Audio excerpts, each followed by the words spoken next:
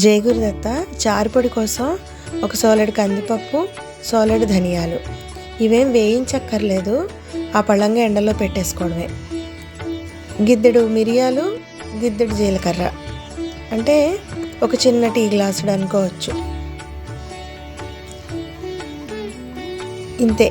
ఈ 4 పొద్దున్న ఎండలో పెడితే సాయంకాలానికి పెళపెళమని ఎండిపోతాయి. రోహిణీ కార్తె ఎండలు కదా.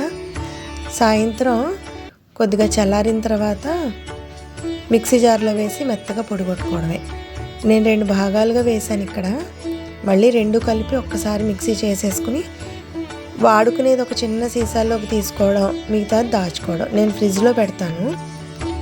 ఒక 2-3 నెలల పాటు అయినా సరే గుమగుమలాడుతూ ఉంటుంది చారు, బాగుంటుంది. ఇంకా మేము దీంట్లో ఎండుమిరపకాయలు అవి ఏమీ వేయం, ఇంతవరకే ఇలాగే చేస్తాం. బ్రహ్మాండంగా ఉంటుంది.